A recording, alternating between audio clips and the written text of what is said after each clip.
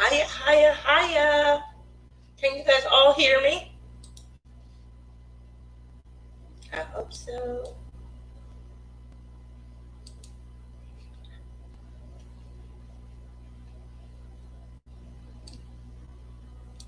Just want to start off real quickly with if you came to my live stream earlier, obviously I shared in that stream an important story that kind of ties into my charity for today. And it was definitely powerful. It was definitely emotional.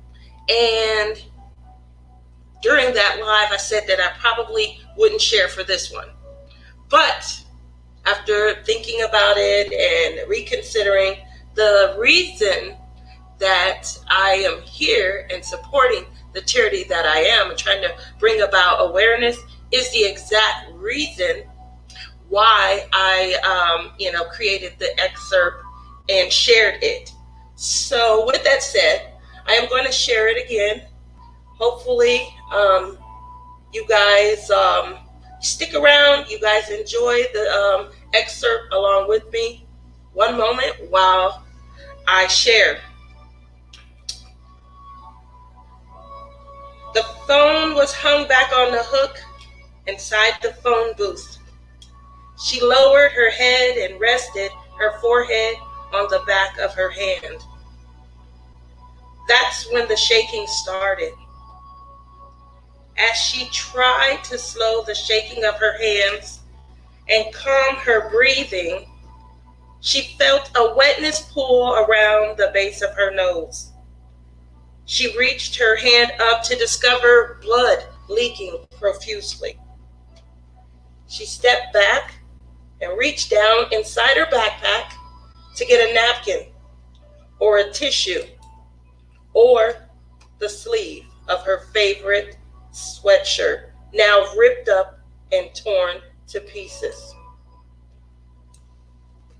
That's when the flash of him grabbing her by her sweatshirt and tearing it popped into her head. Why? She thought to herself. He's never exhibited any signs of anger or aggression. As she held the sleeve to her nose to mop up the pouring blood, another memory popped into her mind. I'm used to getting my way, he said, after he'd shared stories of besting his high school buddies. She remembered congratulating him. Oh, honey, there's no congratulations needed. I will work as hard as necessary to get what I want. Oh, how she wished she'd seen that glint in his eyes then that showed up again in his eyes tonight. What started out so simple, a lab partner that she was paired with all semester, the worst partnering in the history of the university.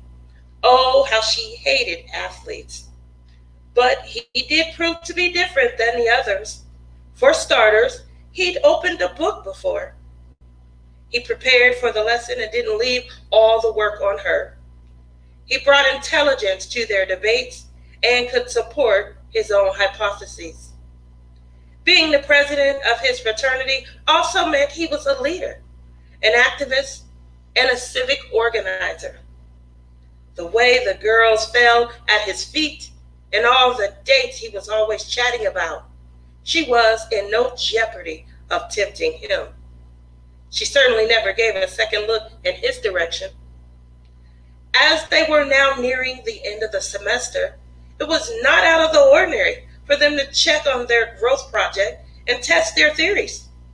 She never questioned why their seed project was planted and grown in his niece's apartment just outside of town. She never requested his notes when he stated he'd go and check on their growth progress. Tonight was the culmination of all their hard work, the fruits of their labor. They were simply going to check their results and cross-reference against their hypotheses. The surprise on her face when he pushed her into the wall next to their seed project seemed to excite him further. He lunged at her, reaching to grab a hold of her favorite sweatshirt as she tried to escape his grasp. He grinned and screeched, "Oh, you're a fighter. I never would have figured." The headlights flashed her back to the phone booth. By now, she was kneeling next to her backpack, with her back resting against the lower glass panel of the booth. She strained through a swollen eye to see if the headlights belonged to her dorm roommate. The car passed, and it wasn't the roommate. She got to her feet and walked outside the phone booth. She could hear someone's music off in the distance and the whir of traffic as it passed by. She needed to move. She was looking around for a quiet, dark place. She hovered next to a tree just outside of a closed electronics repair shop. The horror of tonight was beginning to dawn on her. The embarrassment, and more importantly, the shame washed over her. As the lights of her roommate's car came into her vision, she stepped back into the shadows.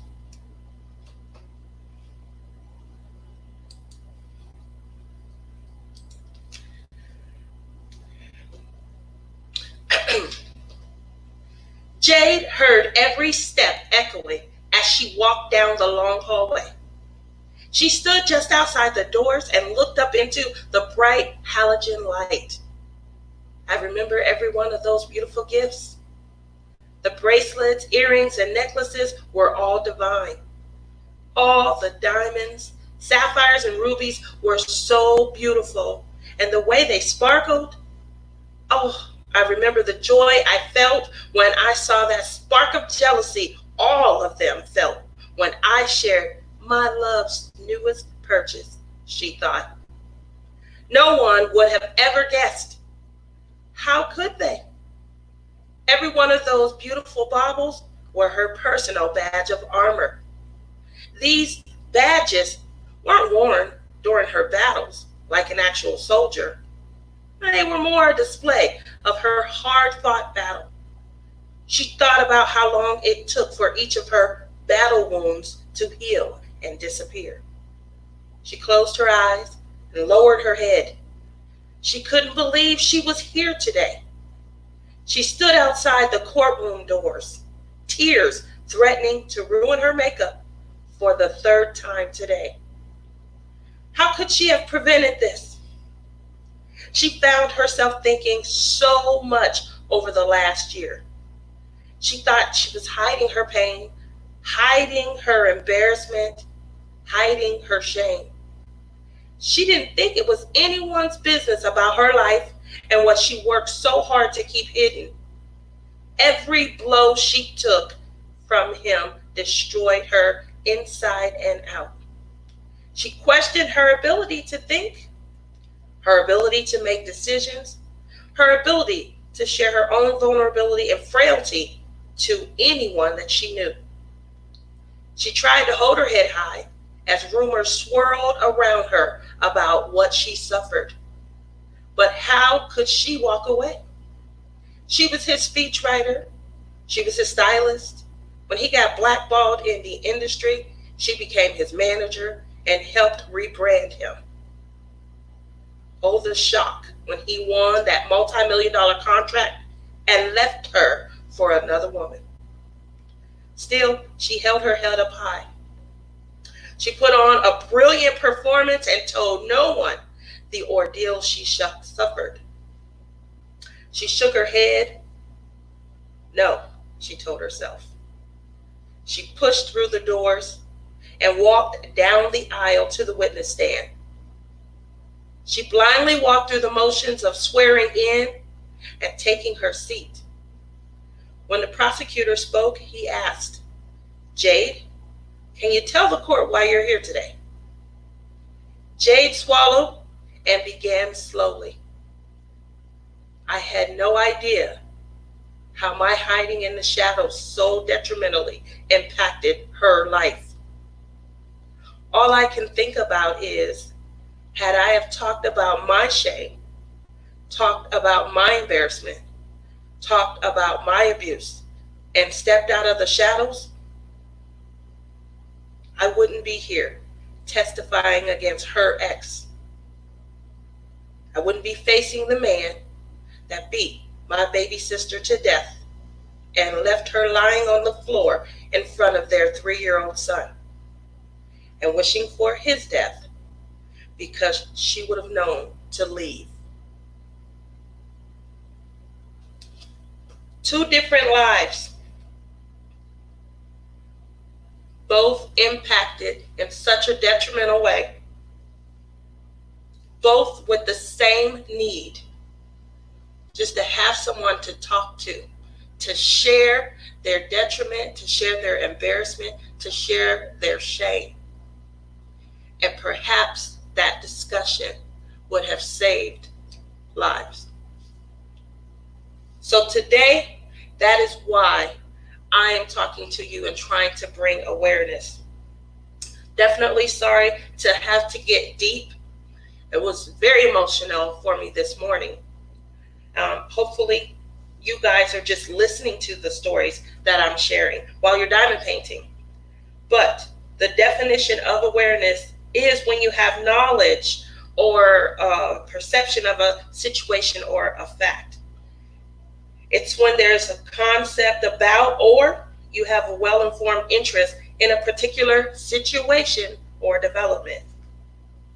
So I'm asking that we all take a moment to just kind of understand that it really does take a village. Asking everyone to start the conversations and make sure that all the women in your life or someone that they may know feels comfortable sharing, talking, and most importantly, helping them to step out of the shadows. And I don't want to get, further deep into it because I don't want to cry again. But I will say, story number 1 was my story.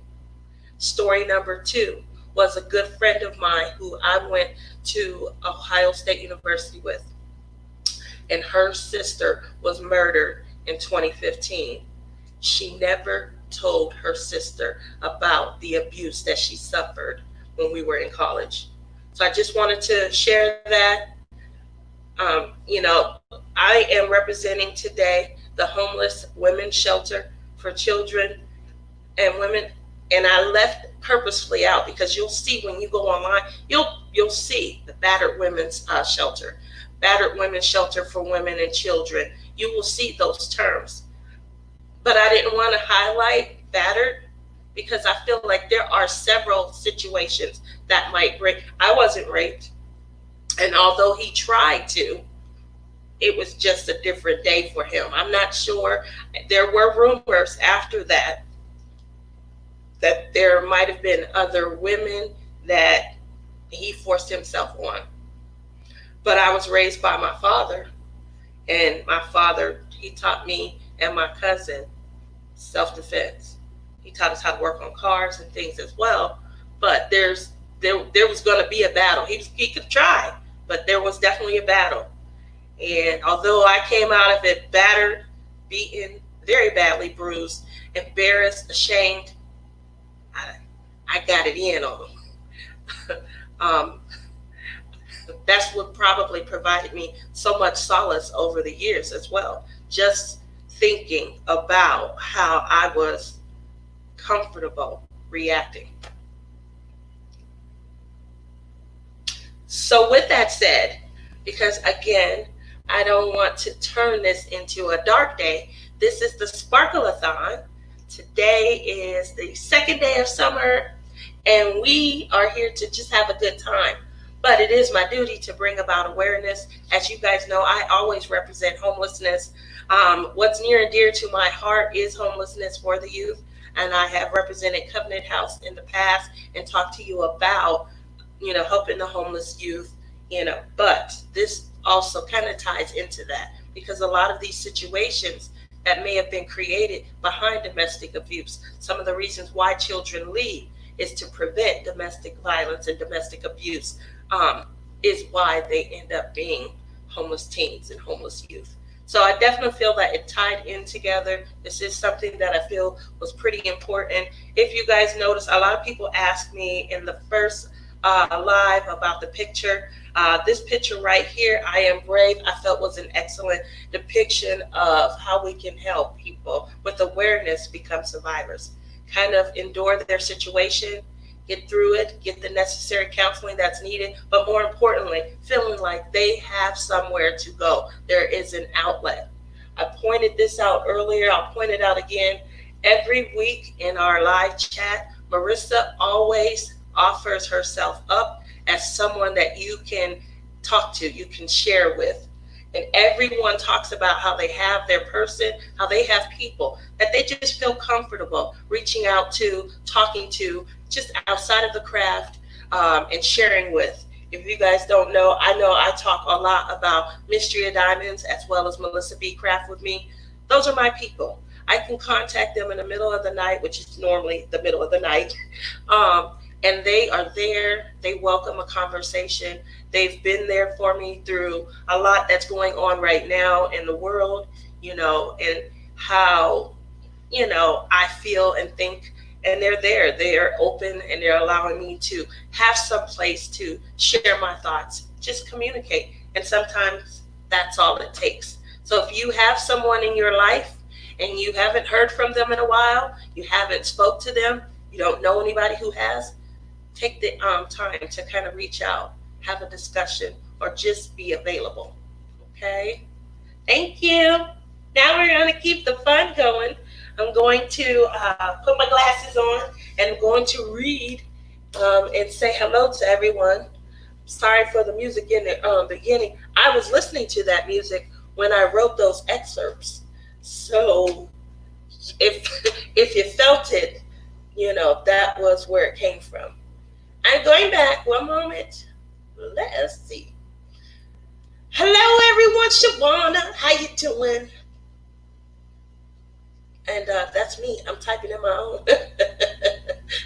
I didn't know if it would work because I hadn't clicked the live button. Hey, Mickey! Rachel Ray says she loves the rolling playlist. I love those too. Yes, it just pops you right on in. Debbie! Oh, thank you. I'm going to put down the stitching. That's 1,240 stitches so far today. Wow, you're counting. Oh, that sounds like a lot. You're on fire, Rachel. Time for the wine. Yep. Yes, Tia. So that means I made it in when I start to see the yeses. Hi, Barb. Hi, Debbie. Pink Obsession 777. How are you? Marilyn B. How are you? Diamond Painting with Beth. I see Cal made it in. Marilyn McDaniel. She's one of the two Marilyns that's been popping in and out of the lives today. Barbara Winsky, how are you doing? Hi. Hi, Robert. How are you today? That's my buddy right there. Jen's Creation Walls. Danielle Boudreau, how are you today? Jeremy, hi, brother Jeremy. Happy Father's Day. I don't know if you heard my last message, but I definitely wanted to give you a shout out. Happy Father's Day. Hope that I know Trapper Do is acting right, but hope that Mary Jane is on her best behavior today, too. Moving on from there, let's see. I see some of the same names. Karen Bear's here. All righty. Elizabeth Adams says, hello, all. Power is back. Bet they blame it on the virus and not the thunder and lightning. I love how you think, and I bet you're right. All righty. Odd but nice says, hi, Tia. Just checking in, spending the day with your dad. Oh, give him big hugs. Big hugs. Thank you for the links, Rachel Ray. Tia, I just lost a family member on the 8th of this month because she wanted to leave. It's serious, Christy. It is definitely serious. That wasn't any easier to hear the second time. I'm sorry. I didn't cry this time, though, Rebecca. Terry Lynn says, absolutely, Rebecca. It was just as hard hearing it the second time around. Sorry, y'all. I may need to step away. Yeah, I understand, Christy. Not easy to live through either. That's right, Naomi. Well, he picked the wrong woman for him. Yeah. Carolyn says, I left my ex due to mental abuse. He was an alcoholic, and I refused to raise my two boys in that environment. That is exactly what we hope. I watched an episode recently of Incredible Hulk. And this was, I think, still in the first season, because I've been revisiting the seasons. And one of the things that I noticed in that episode, I was really shocked. And one of the things that I know breaks my heart, she is gone. I understand. I was definitely shocked. I was so shocked when my friend, the one I called Jade in the excerpts, when her sister passed. And she told us that her sister passed. And then we got the news clippings and things. And I remember how uncomfortable it was, because the news reported it. And the news reported what happened. And we didn't have that, knowledge when she just said my sister passed away. So we're trying to be there for her. And it was an uncomfortable conversation that she was trying to have with us. And the other elephant in the room was, did you ever have the conversation with her about what you were going through, about, and if you guys watch my last live, you will know that she used to bring her trinkets. He was very popular. He got an NFL contract, and left her. And he was, getting behind the scenes money, money that they weren't supposed to have, but it was before a lot of regulation, because I'm old. And she would bring her trinkets, and she would, look, guys, look what I got. And she'd be so excited, and you would see the tracing, like she tried to hide the bruises or something with makeup, but you could still see the outline in the tracing on her face. Just bruises and things. We knew when she disappeared and had been gone for days, almost a week at a time, she's trying to heal from something, and it just became just a big behind the scenes awareness. And I remember when I had the conversation with her, we were out, there was a mall downtown Columbus. It was the city center mall. It's now been closed. It's probably been closed for well over 20, 25 years. But we were downstairs. We were on the second floor out in the galley area where you go into the parking garage. And she was working there while she was in school part-time. And I remember saying to her, you're getting all these trinkets, you're helping do all of this, you're rebranding, and you're working part-time. On top of that, you are hiding behind everything that's happening. Have the discussion. Let's talk about this. Let's get it out in the open. Why won't you leave? And she got mad at me. She cussed me out, and she didn't want to be friends with me anymore. Over the years, after, their relationship waned, and, she came back around, it was still a very tense and rough friendship. We would all vacation every other year. We would go somewhere. We were going to either Greece, or we were going to Turkey, or we were going to Spain. We would always try to vacation together. It was a group of us. It was about 16 of us all together. Big, large group. So not every vacation did everyone go. When my kids were little and I needed to be home and things, I missed probably 3 or 4 of the vacations and things. As they got older and I was in a better financial standing, I can now go again. And so, like I said, everyone, based on where they were at in life, weren't always able to go. But we all made it to the trip when we were in Kabul a few years ago, and she shared what it was like to have to go in and testify. She shared what it was like, the worry that if the father got off, that he would get custody of her nephew and he would be able to raise the nephew. She also had lost her parents in the time since she had gone through. So she was the only person that could have had the necessary conversation with her sister. And it's just, it's sad to think about. It definitely, it's sad that she didn't feel the need to share enough to save her sister, or to just put an awareness there, hey, this is what I've been through in the past.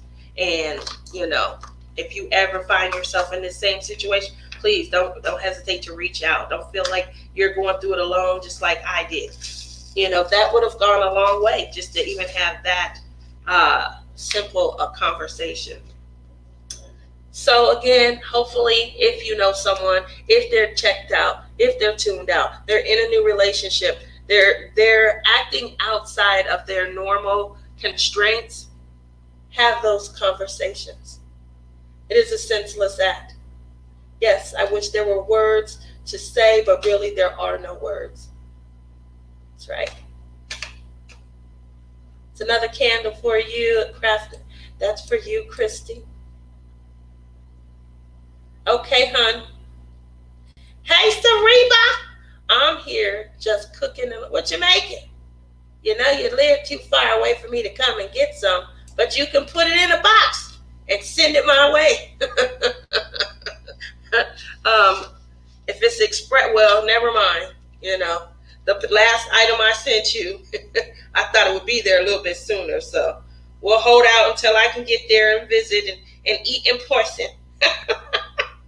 Moving on.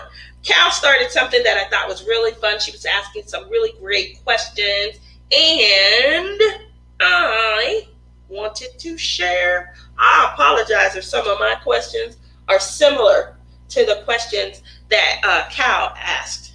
I don't endeavor to do that, but I'm going to ask a few questions, and you guys give me some answers, okay? I'm sorry. I'm shaking my diamonds. Shaking my diamonds. My baby has been away. She's Naomi I'm sorry, let me put my glasses on. Don't help me when they're on my head. Cindy D!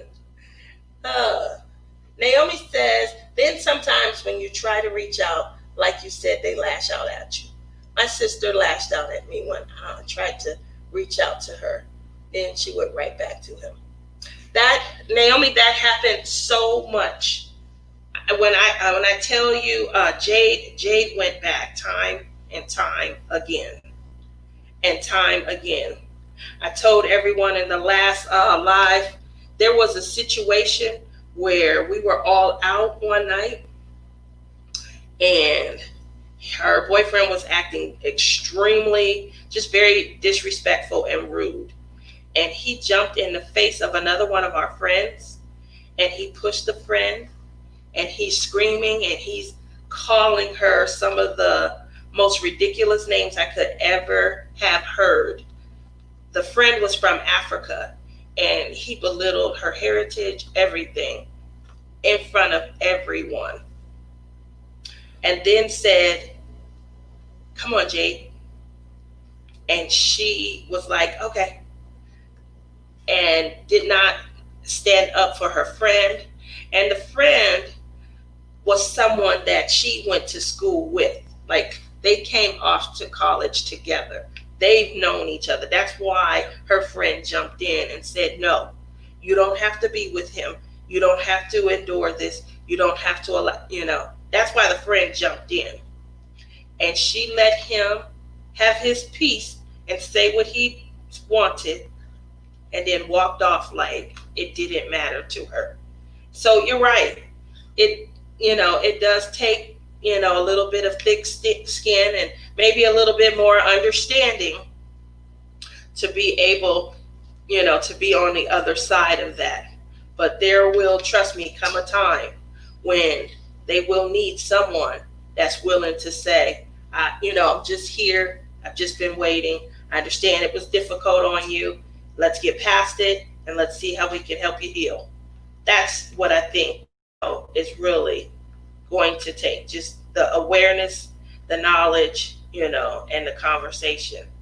I don't know how to. I don't counsel, and so I can't give any information or any insight, and that's why I'm bringing the awareness so that if there's something that you feel you want to discuss with someone, you have an outlet to where you yourself can go, to where you can get those kinds of questions answered. What's my next step? How do I help?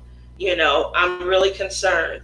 Is there anything that I could do to prevent, the train that I feel is coming from up ahead? Things of that nature. Excellent questions to ask, and they're the professionals that should be, providing that information. Cindy B, look at you. I got you. So you guys know my daughter had an audition coming up. Everyone who helped out the other night, thank you so very much. She did not get the gig. She was hurt. She kept saying she wasn't hurt, and she said it with tears in her eyes. I felt so bad for her. And I told her there's going to be so many other opportunities. One of the things that they mentioned, they didn't outright say it, but I think, and anybody that heard her performance, I think that they didn't like the changes to Smells Like Teen Spirit. So that's, like I said, one of the things that they said was, does she ever sing it, the way that it was written and things. And obviously she's not trying to display how well she can mimic other people's music. She's trying to highlight some of the things that she's able to do, kind of focus on that. And so it's just going to be a learning curve and things like that for her, but that was one of the things that was asked of her. They never officially said, yeah, we didn't like your rendition of Teen Spirit. But for me, they didn't have to. I feel like they asked poignant enough questions afterwards. And then she got an email after the audition, and the email said that they were going with another singer. So it'll happen. She's going to be in the industry. And I feel like if she wants to continue, those are things that she needs to probably get used to, hearing a few more no's than yeses. The yeses will just be more rewarding. But I thank you all for listening. I thank you all for giving her the insight on what songs you guys felt should go where, because there was no problem with that. I think they were pleased with it. And I just think that from there, maybe in the future, maybe she should have it was my suggestion to her, if she could try and look up the background of the kinds of acts that have performed in the venue before. What are they looking for? Are they looking for signature bands? Are they looking for someone, that has a little variety, a little uniqueness? Again, we're in Las Vegas, and there's going to be plenty of opportunity. It's just with everything opening back up, I think that entertainment is one of the things that's sketchy. They don't know if they can try and if they can book big names to try and get more people in, or if it'll be a good idea to do like house bands and house acts and things of that nature. So that's where she is with that. Again, thank you guys. And let's see.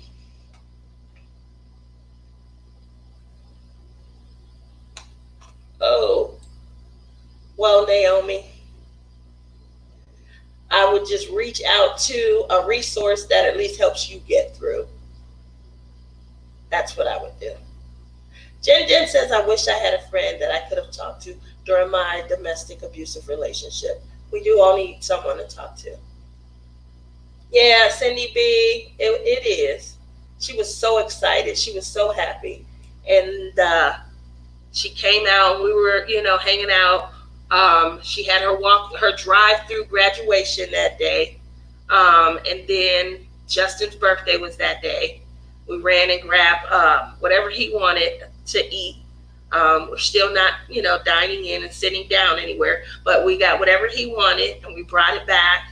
And we're sitting around laughing, joking. And she got an email. And we were talking about it. And I said, well, what kind of questions were they asking and things like that? And and she was trying to talk, and you could hear the strain in her voice.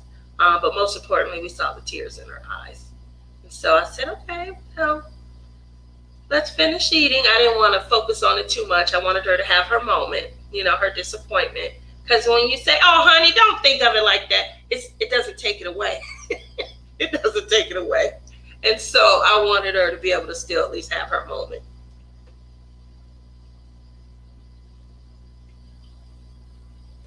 Sylvia says, many big actors, singers had to pass through several no's until they got the yes, and some of them are really famous. So the thing is to keep trying. Rachel says she's got an amazing voice. Oh, thank you. Cindy B says Tiara will be a star someday. Exactly. And I told her she's already a star in my mind.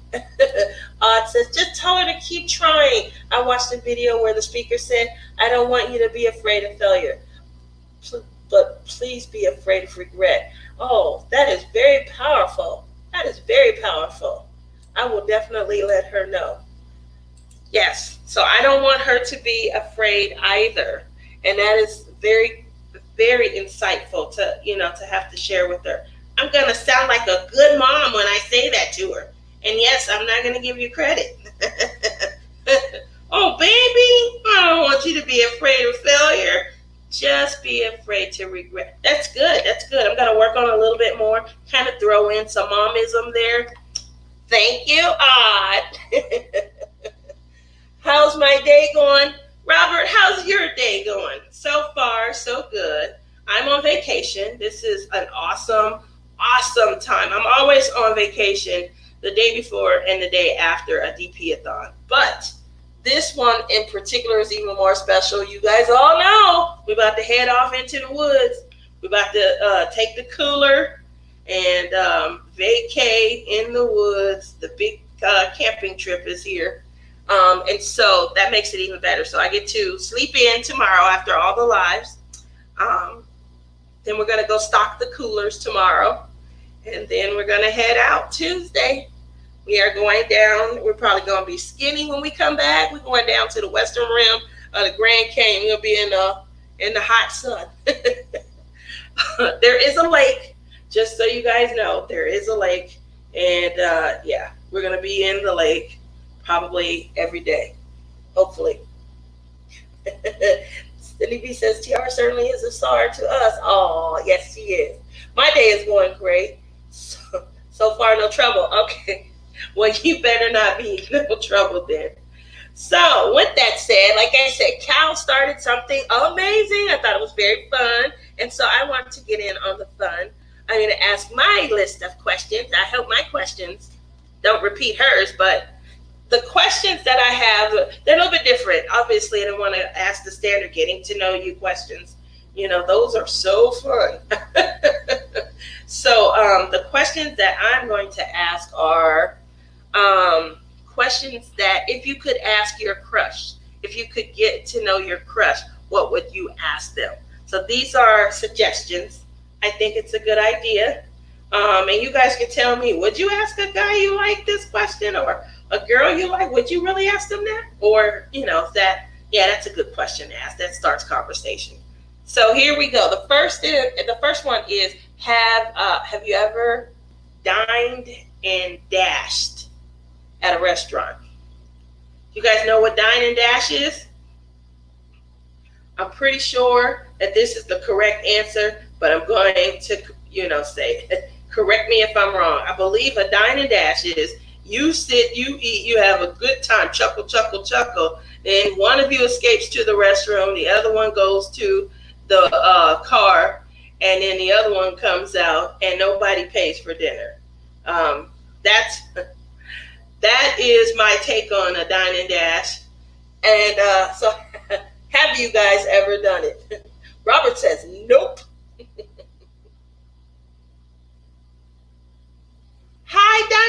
Rating reviews. Bye, Jean. How are you? Now, that didn't come out of a book or anything. Like, before I steal it, I don't want to, be copyrighted or anything. If it's just something that he said, I'm going to steal it. But if it's something that he wrote, he put in a book, and he's earning an income on, then obviously I have to give credit where it's due. Nope, never.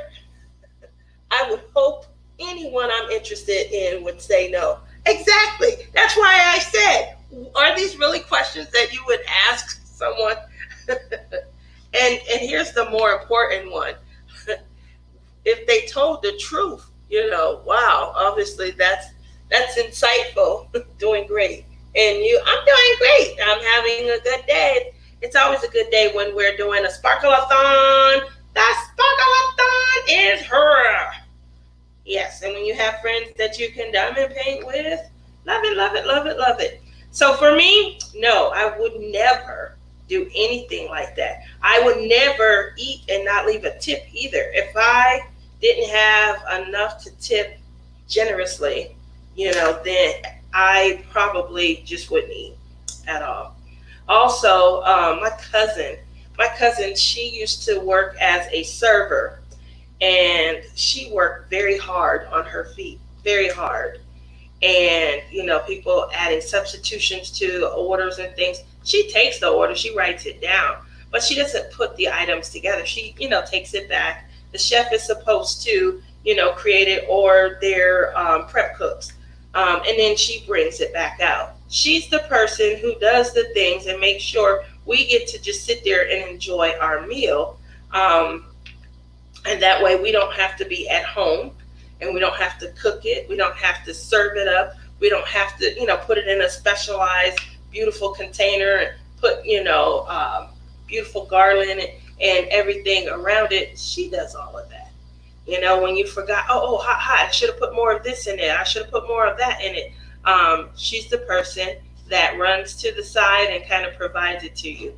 And she would work very hard. And sometimes for a lot, usually the larger the party and the larger the order, the more work that is involved. And she would have large parties at her table, and they still would not sufficiently, tip her. Giving $2 and $3, giving $5 and things like that. So my cousin is very much the reason why we tip very generously. It is not out of the ordinary for me to give a $25 or $30 tip on a $40 or $50 bill. But like I said, if you have excellent service, then obviously, it can be rewarded. So everyone says no. That's great. I'm happy. Odd says it was the first soldier, Miss America, that said it in a speech. You could maybe find it on YouTube. Just type in the term. Okay. And Jean says, not an easy job, very hard to do, dealing with some people. That is correct. So moving on to the next question is, would you rather have endless money or endless love? Both. Would you rather have endless money or endless love? Both. So, for me, I don't know. I don't know about endless money. I would be bored. So that's for one for there. Obviously, I would love to be comfortable, and I would, maybe love to have anything that I want, the money to buy anything that I want. But I don't know if endless money is for me. I need to have something to strive for, some sort of purpose. Endless love. I do feel like I have endless love. So I guess I'm going with endless love as opposed to endless money. What about you? That was Mama. Yeah, she said both. Cindy B. Let me put my glasses on. She was popping in and out as she's getting us prepared for our trip. Love. Emily says love. Jean says endless love. Cal says love. Sylvia says love. Rachel Ray says, hey, just, oh, or is that Tia's mama? That was mama. Mama said both. Robert says love. Pink Obsession says endless love. Because love don't pay for bills or diamond paintings. Yeah, that's true. It doesn't, love. Love, we can work for the money. That's right. I mean, endless money. I don't care too much for money, because money can't buy. You guys hear that? She's singing. Can't buy me love. She just watched it the other night. Sing it again, mama. I don't care too much for money, because Money can't buy me love. Can't buy me love. Give me the money, I buy the love. My mother's answer is endless money. That's right, give me the money, I buy the love. Stop, mommy. So, as you guys heard, give her the money. She'll buy her some love. She said then she can also tell them to be gone. So we got two for endless money. Pink Obsession and Mama. Oh, my mom looks at me and says, you sure you my child? She say that a lot. So Wendy Green, hey, where you been, Wendy? I haven't seen you in a month of Sundays. Cindy B says, at my age, endless money. Rachel Ray says, love and food. Oh, Melissa Barker, how are you today? Melissa's my partner, guys. She's my partner, and we're going to be working together and obviously getting to know a lot more about one another. Love, sweet love. Oh, I used to love that song. Sweet love. And let's see, Terry Lynn says, when I was a hairstylist, I worked at Supercuts, and they charged $9.95 for haircuts. You know, they would say, keep the change from $10, and that would be my tip. Stop! She said, for real? Yeah, a nickel. That is horrible. That is horrible. So you know what? You know what I'm not going to say it. I'm going to say it. You cut one side shorter than the other. Then when the hair grow out, one side is shaggier. Marilyn says both. Jen says both. Wendy says love, because money doesn't buy happiness. Nope. It doesn't buy happiness, but it can buy you some love. Can't buy me love. Yeah, that's my mom's song. She just was watching that movie with Dr. McSteamy McDreamy. And then her and my daughter, they started going back in time, listening to all the Beatles songs and stuff. So that is definitely on my mind. Pink Obsession says, I gave up on love. Give me the money. I'll adopt more cats for the love. I like that. Love is winning out, right? Terry Lynn, keep the change tip is hard. I have people that wanted that nickel back. Oh, that's very harsh. That's very harsh. Oh my God, Cindy B, yes, they would take the change back. Oh my gosh. I'm glad I don't do hair. Jean says, I used to do hair too. I know exactly what you mean. Elizabeth says neither. Uh-oh, that's a good one. What would your answer be then, Elizabeth? McDreamy. Yes, they were saying that he looks the same in the face, but obviously there was the one scene where he had on some sort of shorts or something, and it was like, God, look at his scrawny body. Kind of moving over from there. The next question is, have you ever been in a car accident? And if so, was it your fault? And when it mattered, if it was, did you admit it? There's a good question, because you guys know I work in insurance and I am an adjuster.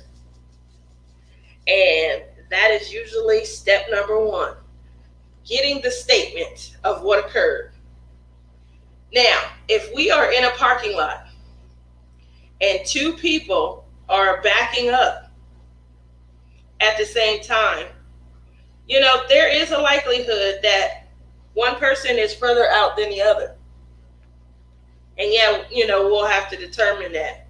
But If you're driving down the road and you get sideswiped, somebody's lying when they say, oh no, he came into my lane. The other person says, no, they came into mine. You know, somebody is fibbing. So when it matters, if you're at fault for the accident, did you tell? Or would you tell?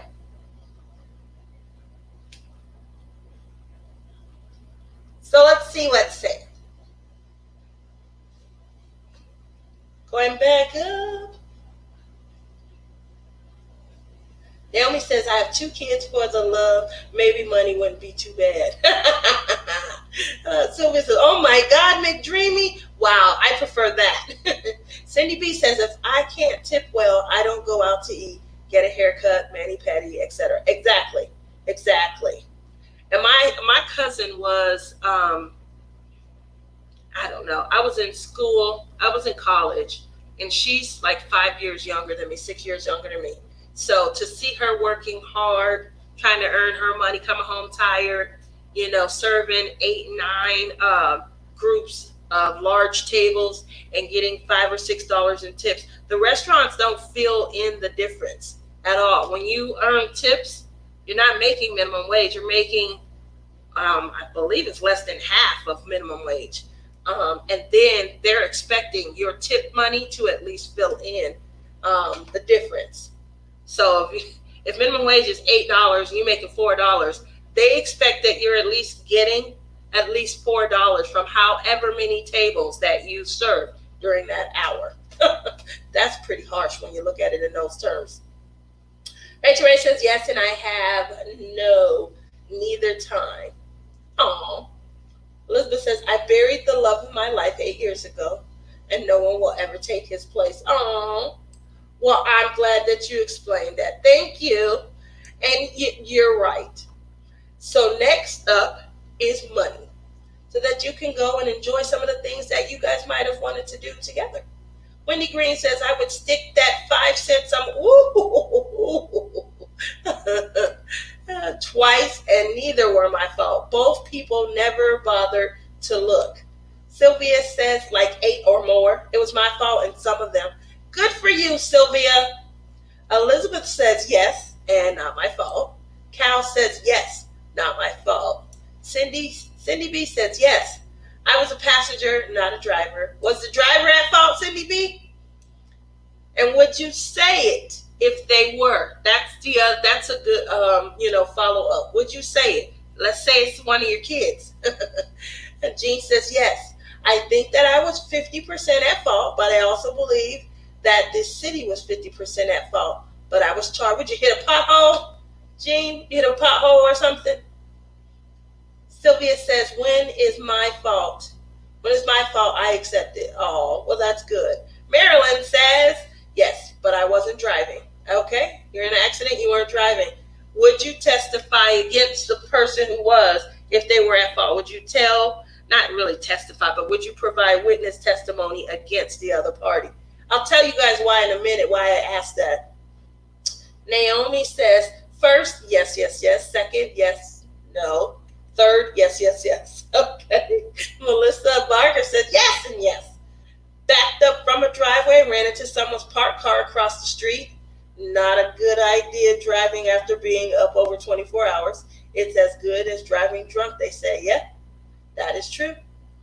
JD's randomness. Yes, accident T-bone dude attempted to pass on double solid line even though I had signal light on. He assumed I had the wrong signal on and was turning onto the other road. Wow, that happens a lot. The assumption when they see the signal light. When I started teaching my kids, I let them know it is critical that you know when to put it on and make sure you're not riding around with it off, because you can give someone the wrong sense of making a turn. And I told them also, if someone has it on, even if you think it was a mistake, they done rode the last 20 miles with it on, please observe, let them pass, and then make your turn, because that is exactly what happens. JD, great response. Terilyn says, yes, Jean, ridiculous. Elizabeth says, if it was my fault, I would own up to it.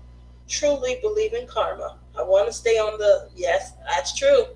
Hi, ladies. Hey, Orchid. Dawn Louder says, yes, and I would. Hi, Sylvia. Everyone saying hi. I bounced that nickel off their head. No, the driver wasn't at fault. Other vehicle didn't have brakes. Uh-oh. Oh, that's harsh. Jean says snow on the side road and was not cleared and no gravel on the road. I was going about 8 miles an hour and my car would not turn and went straight and hit a yield sign. Oh, I'm glad you're okay. Also, shouldn't ride a motorcycle with a concussion. Yeah, Naomi, definitely not. Oh my goodness. Well, I'll tell you guys real quickly why I asked if you would tell on the driver of your vehicle. The reason why I asked that is because one of the first things when I am interviewing someone about what occurred, and I say, okay, no worries from there. Do you have any pictures? Do you have any video footage? Are there any witnesses? The next thing that almost always is said to me is, my passenger was in the car with me. And it is very difficult for people to understand when we say, okay, any independent witnesses? Well, why can't my cousin was in the car with, why can't they give you their statement? And they don't understand when we tell them that we need independent statement, because we anticipate that anyone that's riding in the vehicle with you, their statement is going to support what your statement is.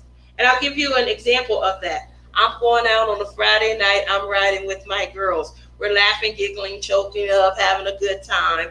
Whoop-de-whoop. Something goes down. Guess what? I'm going to have their back, and my story is going to mirror their story. Why would it not? So it's that concept that we have. But I still thought I would ask the question. I have never had someone say, despite what all of the video footage, if you get in an accident with someone driving a Tesla, I'm going to say this. I know you guys have heard me say this before. If you get in an accident with someone driving a Tesla and you think you might be at fault, make sure you just let that come on out, because Teslas, they have video footage camera on the vehicle on all four sides of the vehicle. They will be able to determine who really crossed the line and who really didn't. So unless you're absolutely sure you weren't doing anything, and your vehicle was just sitting there parked unoccupied waiting on their car to back into it, I definitely would be certain because Teslas, they make it pretty easy. If every vehicle out there had that camera option that Teslas have, I might be in an unemployment line. So that's not exciting. Definitely not exciting, because I'm sure that in the next few years, that's technology that other vehicles will try to have, whether they make it standard or whether you pay extra for it. But that is why I asked that question, because that is something that usually we will always hear. Now my friend was in the car, she saw the whole thing, my boyfriend, he was taking the trash out and I was just getting home. He could tell you the same, but we need an independent witness, someone that doesn't know either one of you, because we expect anyone that knows you to love you enough to support your statement. Does that kind of help make sense? All right, let's see. Rachel Ray says, my boyfriend was driving my car. I was asleep in the passenger seat. He says a van swerved and made him overcorrect. We went into a tailspin. I woke up screaming. We landed in the ditch and I covered for him. Wish I hadn't. It's natural, Rachel. It is so natural. Why wouldn't you? At all. We obviously would expect that. We would expect that. You know what I would want from you if I ever had to ask the passenger in a vehicle? I would want placement. That's all that I would need your statement for. They're saying they weren't involved in the accident at all. Well, we had two people in the car. They can try and describe you. How would the passenger be able to describe this person unless they were there also? So things like that, we would use the passenger statement for placement. Well, we definitely know that you were there. We have more than one person who was involved in that accident. Things like that. So yeah, I mean, I get it. You feel bad, but we expect it. Yep, I'm glad she was okay too, Cara Bear. Tara Lynn says, I was in an accident on the thruway. There was a lady merged onto the thruway and I saw her eyes. She had on glasses, a blue shirt, blonde hair. Her car was blue. Never looked at me. I swerved 6 lanes. Wow.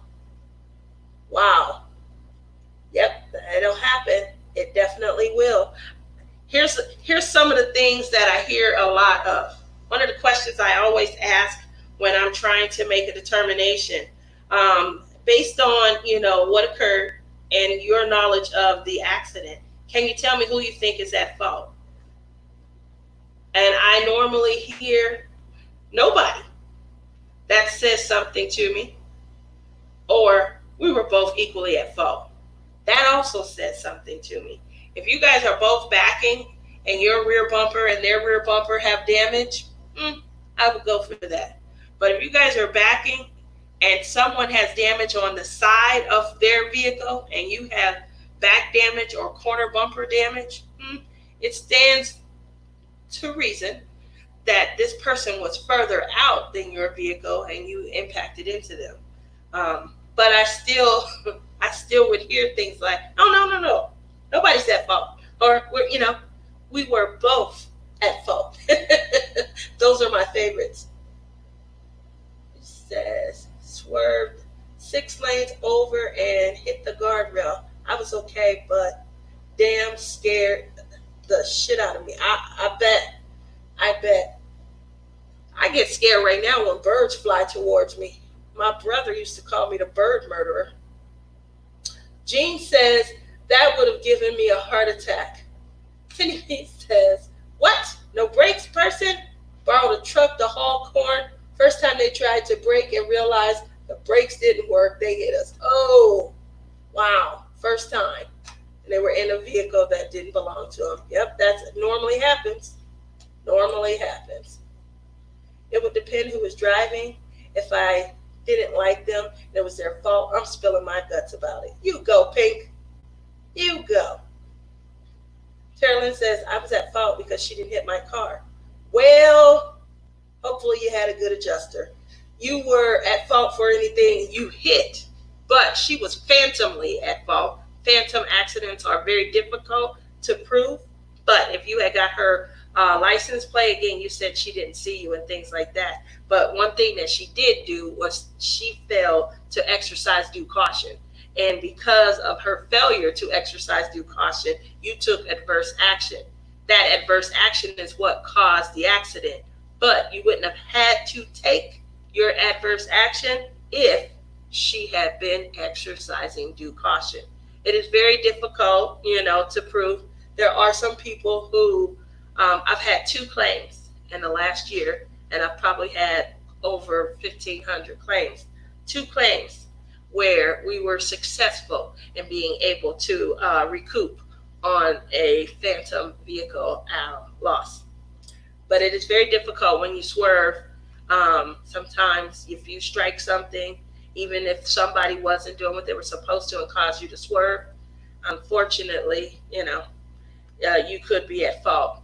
But in both instances, the other party's information was given. They kind of looked around afterwards, stuck around to check on everybody, and realized now they're the ones being blamed. They didn't realize they were, inching over and things. Other people at the scene indicated that their vehicle also swerved, and their statement, I didn't realize, I needed to get over, but I didn't realize there was already someone over in the lane. I never hit them, but their insurance company, well, yeah, you did say you needed to get over. You were the one that had the duty to watch where you were going. And just because someone swerved to prevent the accident, causing a chain reaction doesn't absolve you. It's just, like I said, it's very difficult to prove.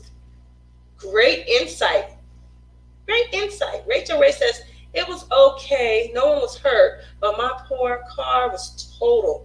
I took the hit because I thought he had more to lose. What the fuck was I thinking? We do that. That means that you have a caring heart. Diamond Queen 2020, how are you today? And Diamond Queen 2020 says, good evening, everyone. Oh my God, Terry. This is Jean. That would have given me a heart attack. Yeah, it definitely would have. It would have. It would have given me a heart attack also. And moving over from there. Diamond Queen says, my fiance hit someone we never saw until we hit her. Yeah, that's that 3-second blind spot, unfortunately. JD's randomness. Here's parking lot accident. Here parking lot accidents, regardless of who is at fault. Through insurance is 50-50. What state are you in? Is that Michigan? There are some states that are completely what we call no fault. And they have different collision damage waiver coverage than some other states. I can't remember if I'm licensed in Michigan or not. I'm licensed in 46 states. I probably get claims from 23. But JD is right. There are some states that they call them no fault. Doesn't matter. You hit something, you're both at fault. A lot of states, a lot of people don't realize you hit a pothole, you're driving down the street at night, something flies up and hits your vehicle, those fall under fault. And if you're in a state where, you have fault collision loss, then, you could be experiencing an increase in your premium for hitting a pothole and things of that nature. It depends on the state. And Care Bear says, I was run off the road by an 18-wheeler, lost 2 tires, totally off. Oh my gosh. Well, I'm glad that you're here. That sounds really dangerous. Y'all gonna have me taking back roads for the rest of my life. I had a semi-truck run into me, and I was blamed because I was in his blind spot. I was not in his blind spot. He looked right at me. He needed to get over and felt like you probably would break. Oh my gosh, that's horrible. That is horrible. Just remember one that was really big. I don't know how I survived that accident. Everybody was telling me to go to the hospital for a revision. I was okay. Nothing, just bruises. Well, I'm glad you're okay. Carolyn says, I was so close to her car. I was having the accident that I didn't see the license. Oh, yeah, that happens. Sometimes in the heat of the moment when things are happening, you just don't think, what should I do? I know a lot of people nowadays, they are quick to grab their phone and, they know where that record button is. Half the stuff that happens nowadays, I would miss. I would totally miss. I wouldn't get it. I can tell you that. Naomi says, right after I got my license, I was going into a parking lot. The car in front of me hooked, struck in a pothole. I'm gonna figure that part out. I backed up to try and give them room. Car came around the curve behind me and hit me. Oh wow. Oh my goodness. But because I was backing, I got the ticket. Witness didn't stick around. Yep, backing with undue caution. Unsafe backing depends on the state. California Vehicle Code 22106, you're going to get a ticket each time, unfortunately, instead of rear end loss. You were stopped and they came around the bend, even if your car was in reverse. If you had stopped and then they came around the bend and hit you, they would have got the following too close, failure to maintain safe distance. They would have got a ticket and they would have been at fault. But the fact that your vehicle was in motion would put the breach of duty on you, unfortunately. But I'm glad you're okay. Moving on from there. People on their phones are horrible these days for causing accidents. Man, you and me both. And them are the ones, I'm not going to lie, I don't expect any truth from some. The minute someone tells me, I think they were on their phone, or when they got out the car, they had their phone in their hand, they were already on it. The minute, I don't expect any truth to come from them. at all. I just take it with a grain of salt, try and get the best statement possible, and I start looking up vehicle code and things of that nature. Try and get pictures. I ask everyone, take pictures at the scene, guys. Take pictures before you move the vehicles. I can't stress that enough. Terry Lynn says, I used to work for an insurance company too. I worked for Allstate. Ooh, I used to work there too, a long time ago. JD says, Canada, East Coast. Oh, okay. I don't know any rules, international rules or anything. We used to have to know them years ago when I worked for another insurance company. And the reason was because they provided coverage 75 miles into Canada, 75 miles into Mexico. But where I'm at now, once you hit that border, your coverage stops. So unfortunately, I don't know any of the recent laws. Sylvia says, once I crashed that day, once the crash today, I put out my car of the agency and the front was completely destroyed. I was like 20 years old. My mom almost, You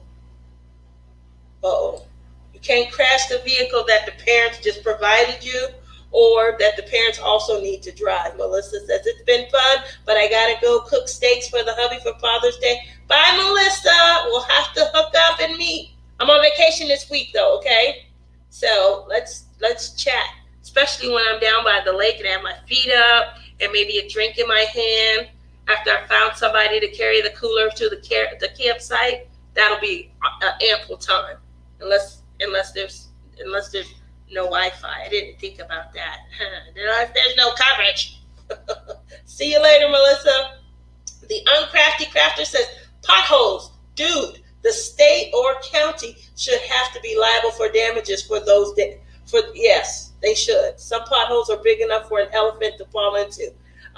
Just so you know, real quickly, it depends on the locality. It depends on the state that you're in. Some locations, you will have to provide like your repair bill and things of that nature, and they will pick up the cost. If you're able to do that, then you could get your insurance company to relabel or recode your claim, meaning it can then be put under the reason it's considered a fault loss is because someone has to be blamed for your accident. Otherwise, it's something that falls under like a hailstorm, or a tornado, a hurricane, a deer, something like that. If it can't be blamed under that, and you're in control of the vehicle, and you just have to like slow down or stop or be aware of the driving condition, the road conditions, then it does fall under it. But it can be moved under a no fault loss because we could still recoup from them. So if you're able to get your local city, your local government to pay that repair bill, you can then have it recoded and it won't impact you. Now I am remembering all my accidents, and at least 3 times my car was destroyed. I'm sorry. I didn't want to have to take you down memory lane too badly. Elizabeth says, I pulled out in front of a lady that was in the right lane with her right turn signal on. She T-boned me, totaled the car. When I went to court, I found out there was a cop behind her.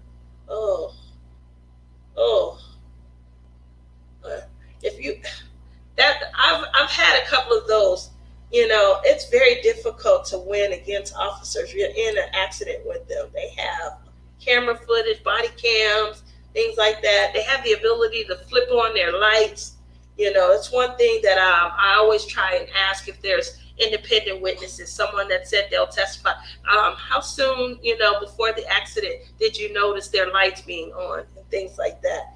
Just be aware if you see officers in the area, because they can flip the lights on at any time. If they see an infraction, they flip the light on. They can be on their way to pursue something, and that millisecond that it took for the light to come on and you not see it, and you guys impact into each other, would still mean that you would be at fault.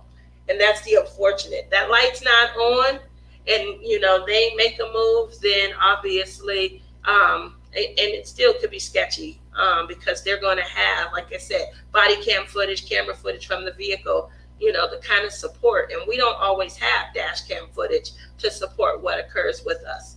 So when an officer is around, I definitely would maintain my lane, maintain safe speed. But if you're able to kind of maneuver off to the right in a multi-lane incident or path of travel, take that extra step, that extra safety precaution.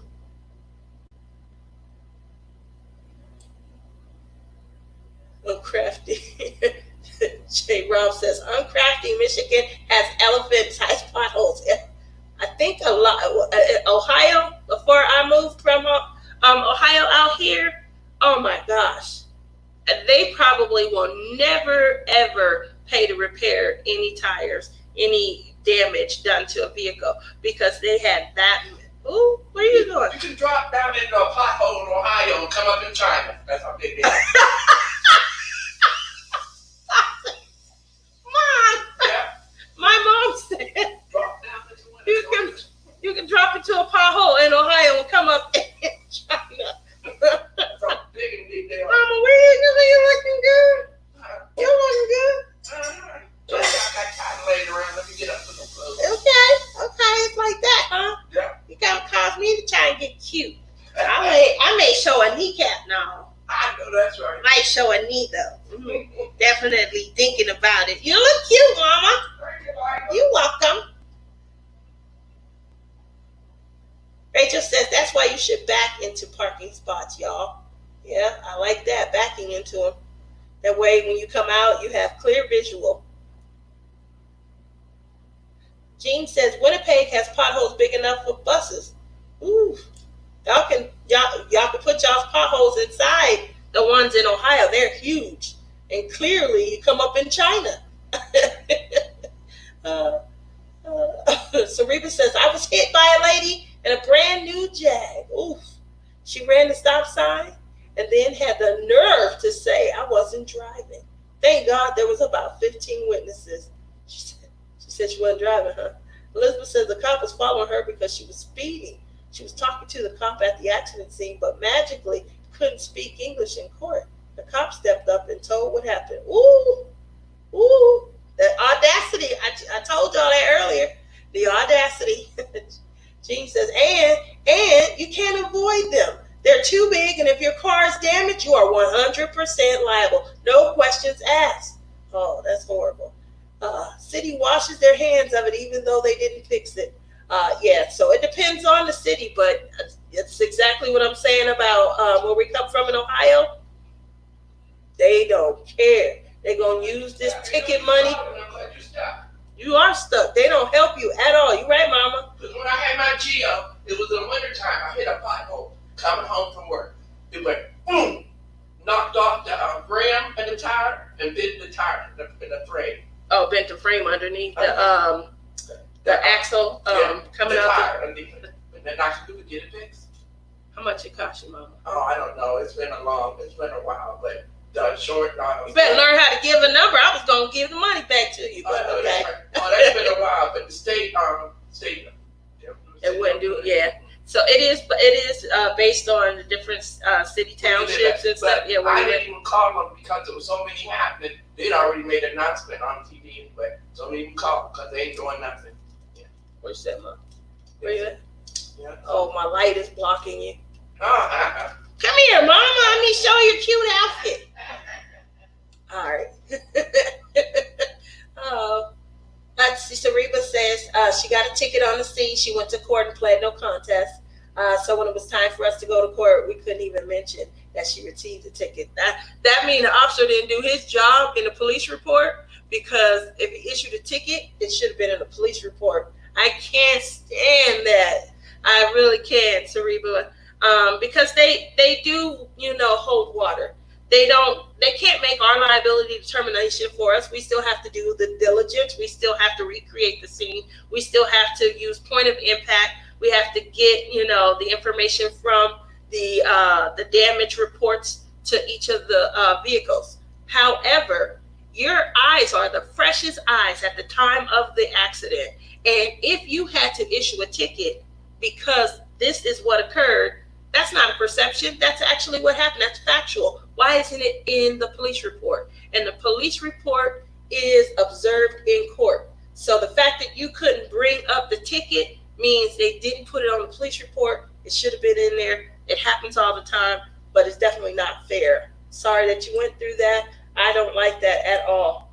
It makes the job that much harder for insurance. And if you had to go to court, it made it that much harder for you, because then you have to seek that information and you have to come with a different way of being able to support your claim. Mickey says, I'm so glad I live in a no-fault state. You live in Michigan, don't you, Mickey? Rachel Ray says, yikes! Crafting with, hey, Tia, sorry I had to gather myself together, but I'm back, sweetie. I know, and I know it was difficult, and it's okay. I love you anyway. Elizabeth says, I don't know what happened to her because the judge dismissed me. The cop told the judge she was talking to him at the scene in English. Whoa. Hi, Jean. Oh, it's okay. You'll be able to catch me on the replay. Make sure you get the replay. JD says, I love your mom. Man, you got to see her. She be keeping us going, JD. She be keeping us going. We have a good time. Christy says, hi, Mama. Rachel Ray says, hope you got your boyfriend ready for camping. Yeah. Man. So I got a new bathing suit. You going to let me show you an outfit? Let me show. Look at my mama. Look. Hold on, Mom. I'm trying to get the whole. Yeah, she got a new bathing suit. Yeah. Look at you. Where you going? I got it going on. You do got it. Where you going, Mom? Look at the shoes, y'all. I'm lucky on the crazy. She got a little bathing suit. Avon. You already told him about your Avon, Mama. I already told him. Wait. I'm sorry, moving too fast. You know the camera ain't used to that. This ain't no Samson over here, okay, Mama? Look at you. You look cute. Should have waited till I put my little mini skirt on. Nah. You gonna put a mini skirt on? Nah, I'll just wait. Okay, well, Mom. You look very cute. Thank you. You're welcome. Y'all see that painting over there? Look at that painting. That's my first. That's the first ever. Everyone's always asking for it. Okay, I'm sorry. I didn't mean to get sidetracked. 10-minute warning. Thank you, Odd. That was, 3 minutes ago. I'm sorry we got sidetracked. Rachel Ray wants to know if you got your boyfriend all set up and ready for camping. No, he in Nigeria. You're not going to download him? You sure? Mm-hmm. No, I'm finished with him. You hear that, Rachel? It's a whole nother week, Rachel. She's saying that it's been a whole nother week. They've been broke up for how long, Mom? 2 weeks? Now. It's been a month? Almost a month. You hear this, Rachel? This is propaganda. I don't believe it. You don't know how to act right. I kicked her to the curb. We gonna find her something. I'm gonna have a backup just in case she gets. No, I don't want none. You sure, Mommy? No, unless they blind, crippled, and crazy. I'm gonna have you a backup. We're gonna find something. I'm gonna blind, crippled, and crazy, and full of money. Full of money. Yeah. Guess why we got her such a cute bathing suit? Because we're hoping that when we're helpless and we're trying to get help fishing, somebody come over and help us with our fishing line. So I put jeans and a t-shirt on over it. No, you're not. I'm not going to let you. That's right. Sylvia says, don't bother Mama or she won't give you dinner. Yeah, you're right about that, Sylvia. Well, she'll get dinner. I just don't bother. I don't worry about it. Don't bother her. Oops, I forgot. I can't put the, oh, man. Oh, thank you, Rachel. Rachel put the link in. Hi, Bianca. How are you today? She still had to pay up because I didn't have a stop sign at all. Yeah, well, that's good. That's good. That means they did what they had to do. They went back, recreated the scene. They took pictures of everything. You know, they probably got point of impact off of the vehicles. Oh, give this woman a thumbs up. Give me a thumbs up. Give me a thumbs up. Diamond painting camper. Hubby drives trash truck. A man ran red light, hit my hubby. Sued the company for millions. Accident was on a police dash cam, but insurance company still settled. I don't know how that happened. Somebody wasn't doing their diligence. And it does take some money to request the dash cam from the police. They don't just hand it over, just letting you guys know that. It's hard to get, if there was no fatality, unfortunately, it is hard to get. You know how you have the cameras at the street lights? We can't just put in a request for those and get them, unfortunately. The only time they're made available is when there is a fatality involved.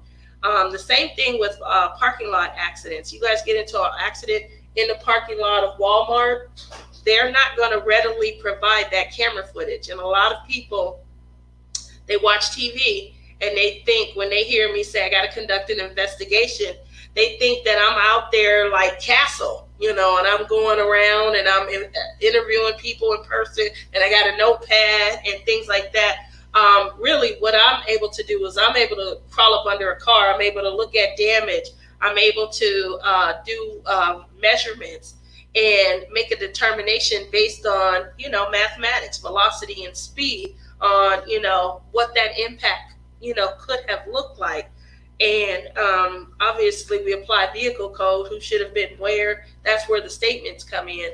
But we're not able to simply call up and say, hey, Walmart, yeah, accident happened at 602 in your parking lot. Can you? Exactly. Can you ship that footage over to us? And a lot of times you're going to hear, no. Now, if you are an employee, you'll probably be able to get it because that's something they use to support their employees. Same thing with a fast food restaurant. You won't be able to request their camera footage, but if it involves their employee or a fatality, then they'll hand the footage over right away. That's the beauty of what they call private property. So hopefully I've given you guys some insight there. Moving on, we do have 3 minutes. Elizabeth didn't get a ticket, but she got a court summons. Didn't remember a whole lot after the accident, went to the hospital. Yeah, that hurts right there. Memory is impacted dramatically when, especially you might have suffered a head injury or you might have had a concussion and things of that nature. Yeah, that's unfortunate, Elizabeth. I'm glad you're okay, though. Who got her? She was in an accident, but she couldn't remember. Hey, Tammy, I haven't seen you in a couple of weeks. Well, she suffered from head trauma or something? She was in a car accident, and she couldn't remember a lot by the time that it was time to go to court. I get those all the time. Oh, she feels Jean says, I'm going to catch up with you. I haven't seen you, Tammy, in a while. How are you doing? How's the family? It's Father's Day. You have anything exciting planned? Wow. 2 minutes, guys. Jean says, I will catch up with you on your show. I will see you this week or in the live. You guys have been great. Thank you for a fab live. Oh, you're welcome. You've been busy? Is your diamond painting or are you cross-stitching, Tammy?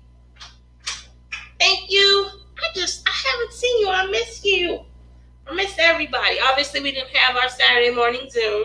And I overslept, I think, the week before and the week before that. I overslept, I know, 2 Saturdays in a row. Because I was up late diamond painting with Van Bun. We were hanging out, and I don't know, next thing you know, it's like 2, 3 o'clock in the morning. By the time we get through laughing and painting, yeah, and he got, 82 gazillion kids, so it takes forever for us to get through one conversation. I'm talking about not black, my son. Here we go, it's time to move over.